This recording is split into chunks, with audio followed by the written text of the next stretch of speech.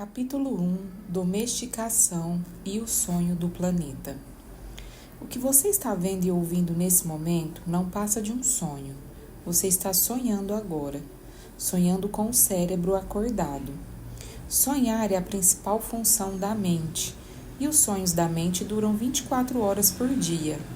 Sonhamos quando o cérebro está acordado e também quando ele dorme.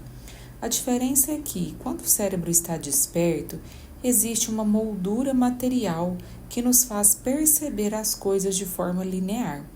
Quando vamos dormir, não temos essa moldura, e o sonho tende a mudar constantemente. Os seres humanos não estão sonhando o tempo todo. Antes que viéssemos ao mundo, os que existiram antes de nós criaram um grande sonho externo que denominamos sonho da sociedade ou sonho do planeta, um sonho coletivo de bilhões de sonhos pessoais menores.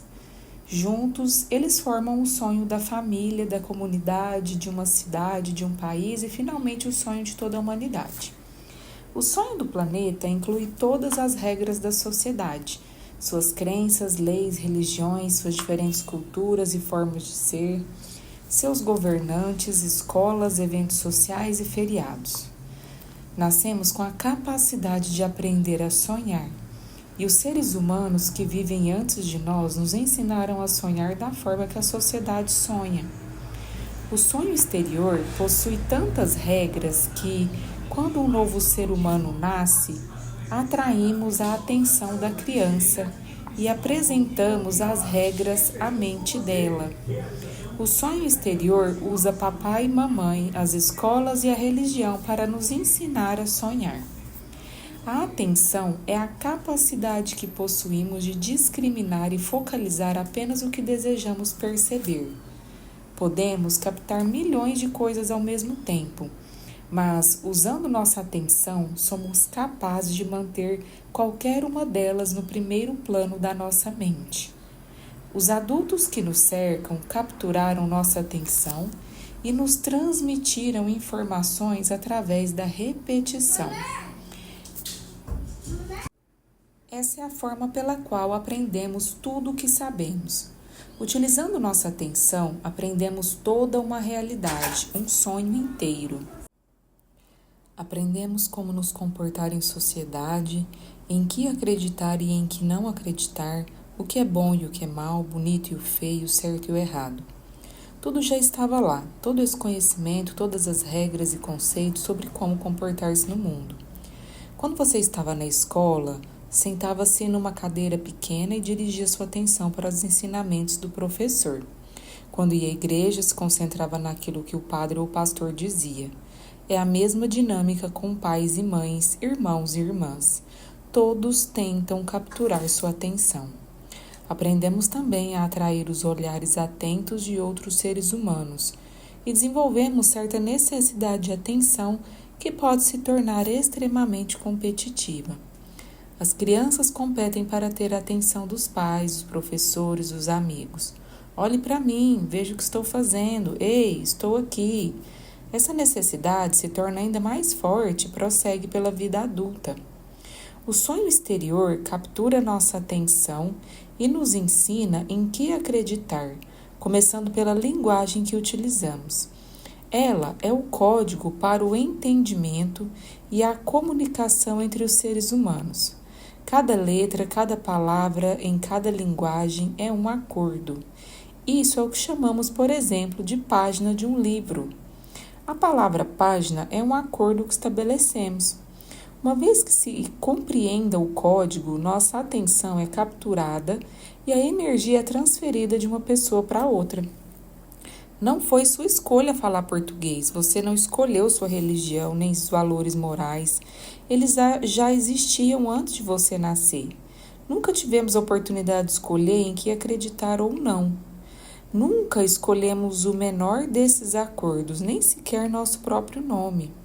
Quando crianças, não tivemos a oportunidade de escolher nossas crenças, mas concordamos com a informação que nos foi passada sobre um sonho do planeta por intermédio de outros seres humanos.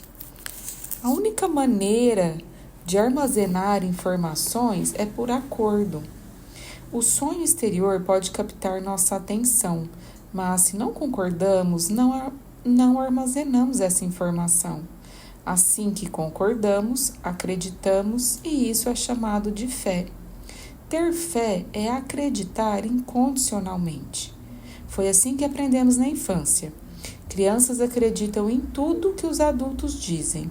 Concordamos com eles e nossa fé é tão forte que controla todo o nosso sonho de vida. Não escolhemos essas crenças e poderíamos nos ter rebelado contra elas, mas não tivemos força suficiente para provocar tal rebelião.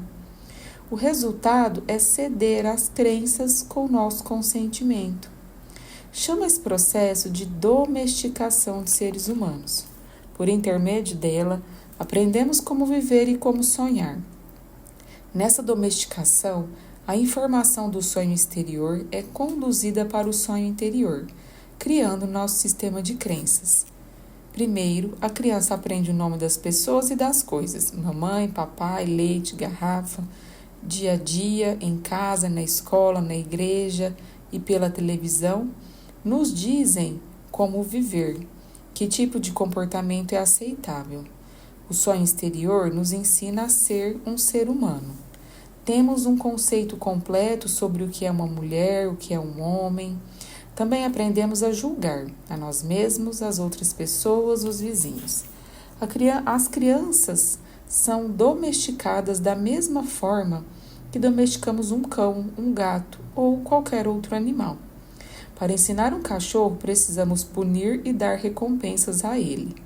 Treinamos nossos filhos a quem tanto amamos da mesma forma que treinamos qualquer animal doméstico, a partir de um sistema de castigos e recompensas. Quando fazemos o que a mamãe e o papai querem que a gente faça, eles nos dizem: você é um bom menino ou você é uma boa menina. Quando isso não acontece, somos meninos maus ou meninas más. Nas oportunidades em que nos voltamos contra as regras, fomos punidos. Quando agimos de acordo com elas, ganhamos uma recompensa.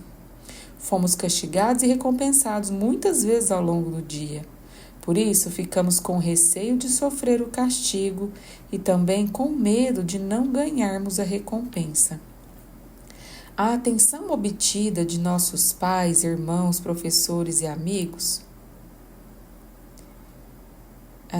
Por isso, ficamos com receio de sofrer o castigo e também com medo de não ganharmos a recompensa, a atenção obtida de nossos pais, irmãos, professores e amigos. Logo, desenvolvemos a necessidade de captar a atenção de outras pessoas para conquistar tal recompensa. A sensação é tão boa que continuamos fazendo o que os outros querem que a gente faça. Com medo de ser punidos, de não ganhar a recompensa, passamos a fingir ser o que não somos apenas para agradar, só para sermos suficientemente bons para as outras pessoas. Tentamos agradar a mamãe, o papai, os professores da escola, a igreja e com isso começamos a representar, fingindo ser o que não somos porque temos medo de ser rejeitados. O medo de sermos rejeitados torna-se o medo de não sermos suficientemente bons. Mais tarde, acabamos por nos tornar alguém que não somos. Tornamo-nos cópias das crenças de mamãe, de papai, da sociedade e da religião. Todas as nossas inclinações naturais são perdidas no processo da domesticação. E quando somos grandes o bastante para que nossa mente compreenda, aprendemos a palavra não. Os adultos dizem: não faça isso, não faça aquilo. Nós nos rebelamos e dizemos não. Isso porque estamos defendendo nossa liberdade. Queremos ser nós mesmos, mas somos pequenos enquanto os adultos são grandes e fortes. Depois de um tempo, ficamos com medo porque sabemos que todas as vezes que fizemos algo errado, seremos castigados. A domesticação é tão forte que, num ponto determinado de nossa vida, não precisamos mais que ninguém nos domestique, nem papai, nem mamãe, nem a escola ou a igreja. Somos tão bem treinados que passamos a ser nosso próprio treinador. Somos um animal autodomesticado. Agora podemos domesticar a nós mesmos de acordo com a mesma crença no sistema que nos forneceram, usando as mesmas técnicas de punição e recompensa. Punimos a nós mesmos quando não seguimos as regras e nos premiamos quando somos bonzinhos ou boazinhas.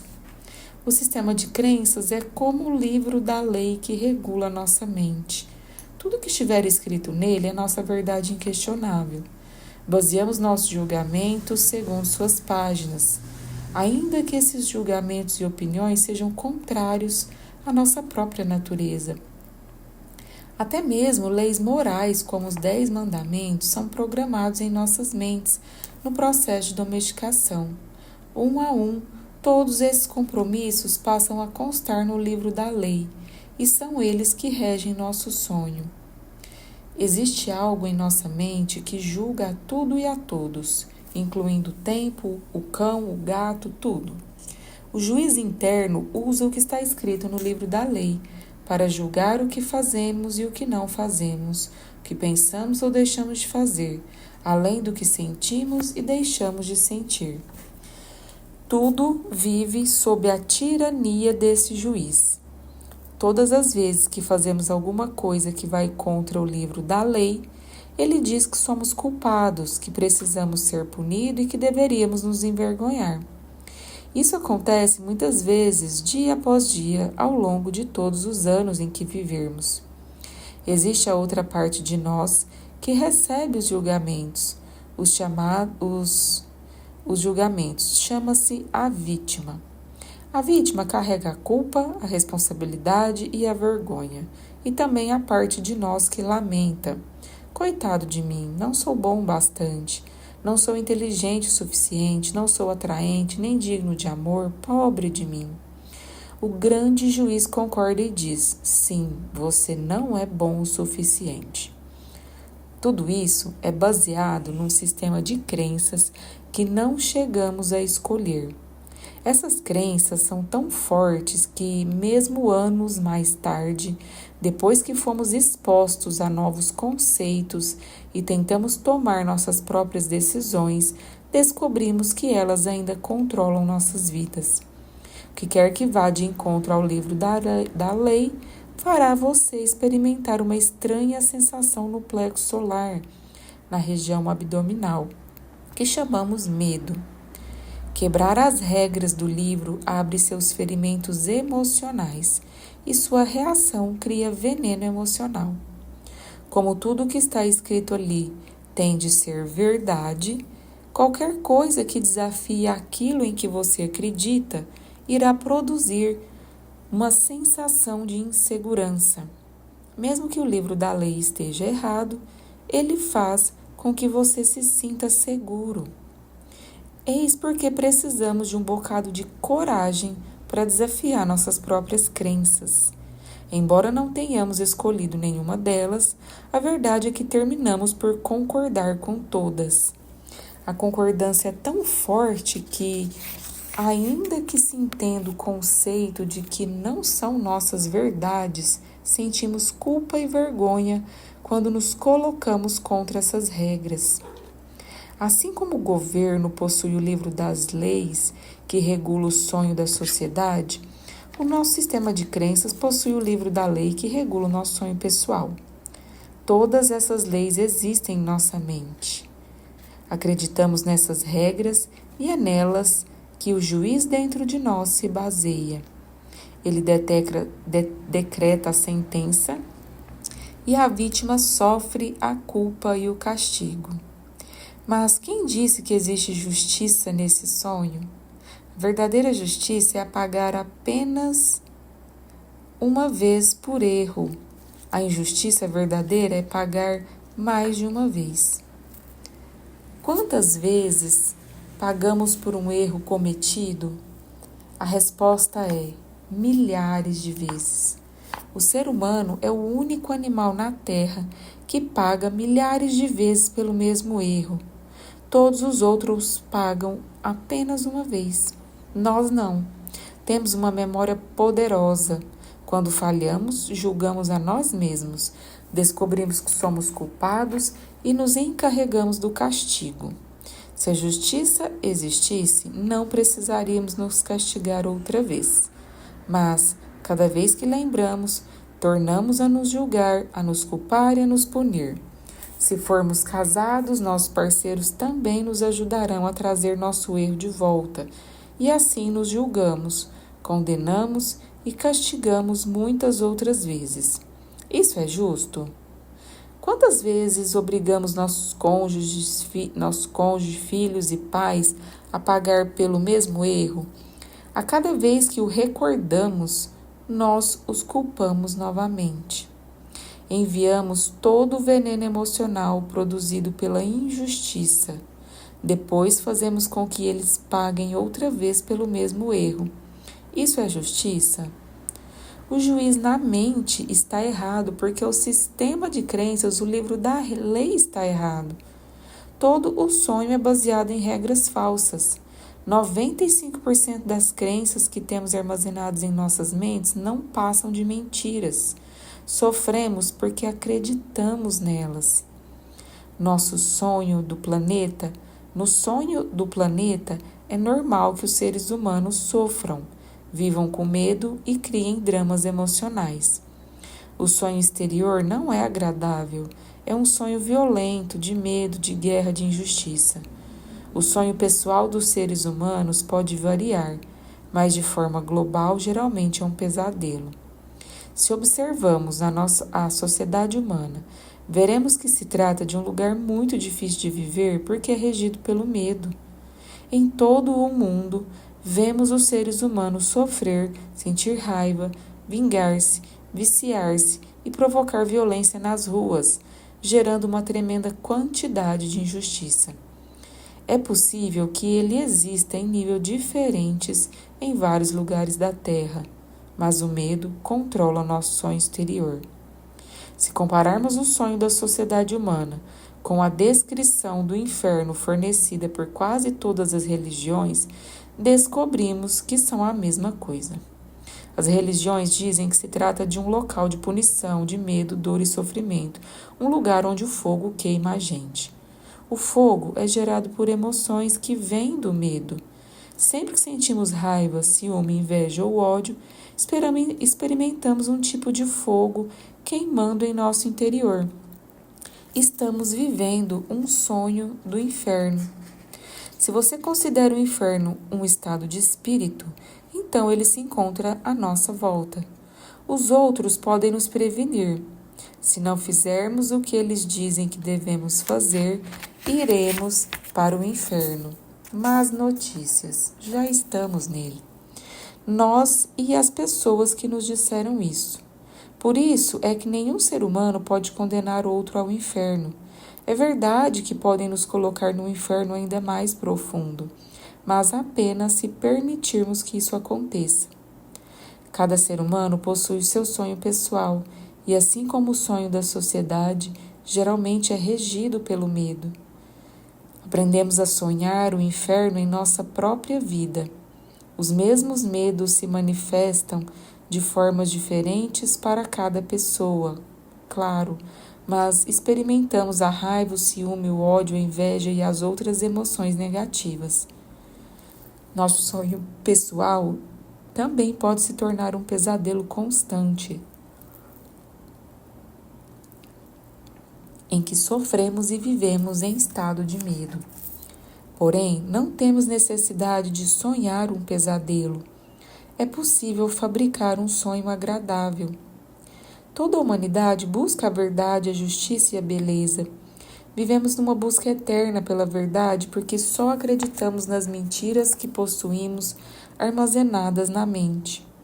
Procuramos justiça porque, no sistema de crenças que adotamos, ela não existe. Buscamos a beleza porque, independente do quão bela seja uma pessoa, não acreditamos na sua beleza. Tudo já está dentro de nós, mas continuamos procurando sem parar. Não existe verdade a encontrar. Sempre que voltamos nossas cabeças, o que vemos é a verdade, mas com os compromissos e crenças que temos na mente, não temos olhos para enxergá-la. Somos todos cegos, o que nos impede de ver as crenças falsas mantidas em nossas mentes. Temos a necessidade de estar certos e de tornar os outros errados. Confiamos no que acreditamos e nossas crenças nos predispõem ao sofrimento. É como se vivêssemos no meio de um nevoeiro que não nos permite enxergar um palmo além do nariz. Um nevoeiro que nem ao menos é real. Esse nevoeiro é um sonho, seu sonho pessoal. Aquilo em que você acredita, os conceitos que definem quem você é, os compromissos que assumiu com os outros, com você mesmo e até com Deus. Toda a sua mente é um nevoeiro que os toltecas chamam de mitote. Sua mente é um sonho em que 1000 pessoas conversam ao mesmo tempo e ninguém entende o outro.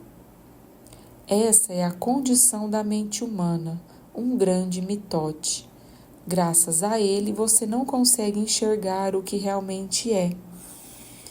Na Índia, o mitote é chamado de Maya, que significa ilusão. É a noção pessoal do eu sou.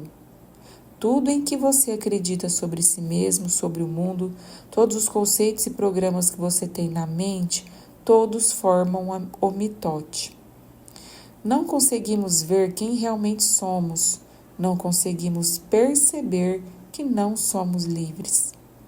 Por isso, os seres humanos resistem à vida. A morte não é o maior medo que os homens possuem. Nosso maior medo é estar vivo. Assumir o risco de viver e de expressar o que somos na realidade. Simplesmente ser quem somos. Isso é o nosso grande medo. Aprender a viver nossa vida tentando satisfazer as expectativas alheias. Aprendemos a viver pelos pontos de vista de outras pessoas, por causa do receio de não sermos aceitos e de não estarmos à altura do que esperam de nós. Durante o processo de domesticação, para tentarmos ser bons o suficiente, formamos uma imagem do que é a perfeição. Criamos um ideal de como devemos ser para que todos nos aceitem. Tentamos especialmente agradar aos que nos amam, como papai, mamãe, irmãos e irmãs mais velhos, sacerdotes, professores. Tentando ser bom para eles, criamos uma imagem de perfeição, mas não nos encaixamos nessa imagem. Ela não é real. Nunca iremos ser perfeitos sob esse ponto de vista. Nunca. Não sendo perfeitos, rejeitamos a nós mesmos. O nível de autorrejeição depende de quão efetivos foram os adultos ao quebrar nossa integridade. Consumada a domesticação, não se trata mais de sermos bons o suficiente para outras pessoas. Não podemos perdoar a nós mesmos por não sermos o que desejamos ser, ou melhor, o que acreditamos que queremos ser. Não podemos nos perdoar por não sermos perfeitos. Sabemos que não somos quem deveríamos ser e, portanto, nos sentimos falsos, frustrados e desonestos. Tentamos nos esconder de nós mesmos e fingimos ser quem não somos. O resultado é que nos sentimos autênticos, usando máscaras sociais para evitar que outros percebam. Temos medo de que alguém mais repare que não somos quem pretendemos ser. Julgamos igualmente os outros de acordo com a nossa imagem de perfeição, e naturalmente eles não correspondem às nossas expectativas. Nós nos desonramos só para agradar outras pessoas. Chegamos a fazer mal ao nosso corpo físico apenas para sermos aceitos pelos outros. Você vê adolescentes usando drogas para evitar a rejeição dos seus iguais.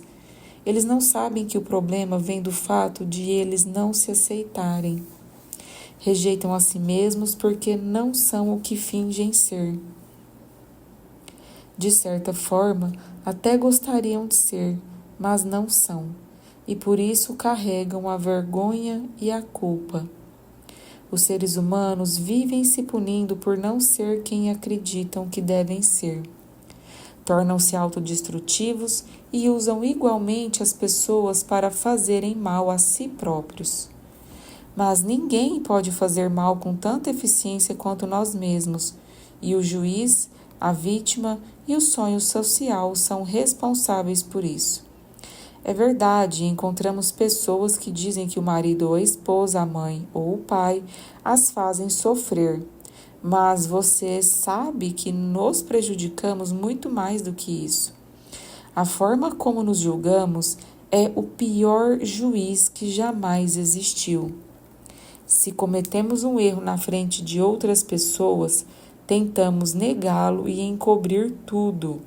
Assim que ficamos sozinhos, entretanto, o juiz se torna forte e a sensação de culpa assume proporções enormes. Sentimos-nos estúpidos, maus ou indignos. Durante toda a vida, ninguém fez você sofrer mais do que você mesmo. E o limite desse autossofrimento é exatamente o limite que você irá tolerar nos outros. Se alguém faz você sofrer um pouco mais do que você mesmo, provavelmente você se afastará dessa pessoa. Mas se alguém faz com que você sofra menos do que você costuma fazer, com certeza permanecerá no relacionamento, sendo capaz de tolerá-lo infindavelmente. Se você se impõe sofrimentos grandes demais, pode até tolerar alguém que bate em você, humilha-o e o trata como um verme. Por quê? Porque em seu sistema de crenças é como se você dissesse: eu mereço. Essa pessoa está me fazendo um favor por estar comigo. Não sou digno de amor e respeito. Não sou bom o suficiente. Temos a necessidade de ser reconhecidos e amados, mas não podemos aceitar e amar a nós mesmos. Quanto mais nos valorizamos, menos iremos experimentar o autossofrimento. O autossofrimento vem da autorrejeição, e a autorrejeição, por sua vez, vem da imagem que criamos sobre o que significa ser perfeito sem nunca atingir esse ideal. Nossa imagem de perfeição é o motivo pelo qual rejeitamos a nós mesmos. É por isso que não nos aceitamos da maneira que somos e não aceitamos os outros da forma que são. Prelúdio de um sonho.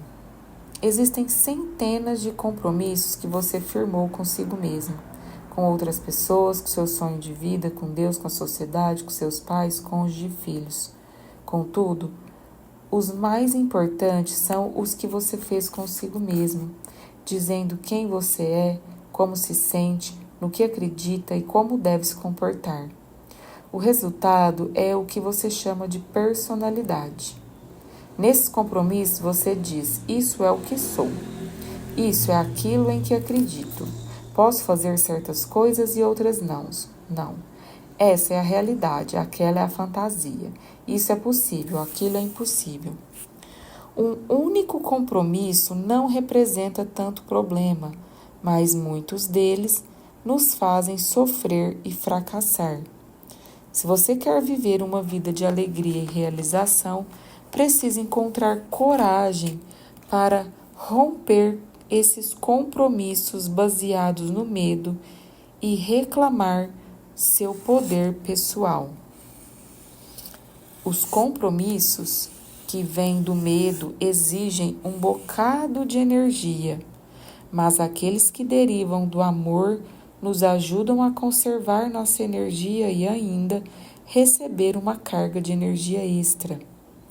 Cada um de nós nasce com uma determinada quantidade de poder pessoal, que pode ser reconstruída a cada dia após um descanso. Infelizmente, desperdiçamos tudo. Primeiro para criar esses compromissos, depois para mantê-los. Nosso poder pessoal é dissipado por todas as obrigações criadas, e o resultado disso é que nos sentimos vazios e frágeis. Temos poder suficiente para sobreviver a cada dia, porque a maior parte dele é usada para manter os compromissos que nos atrelam ao sonho do planeta.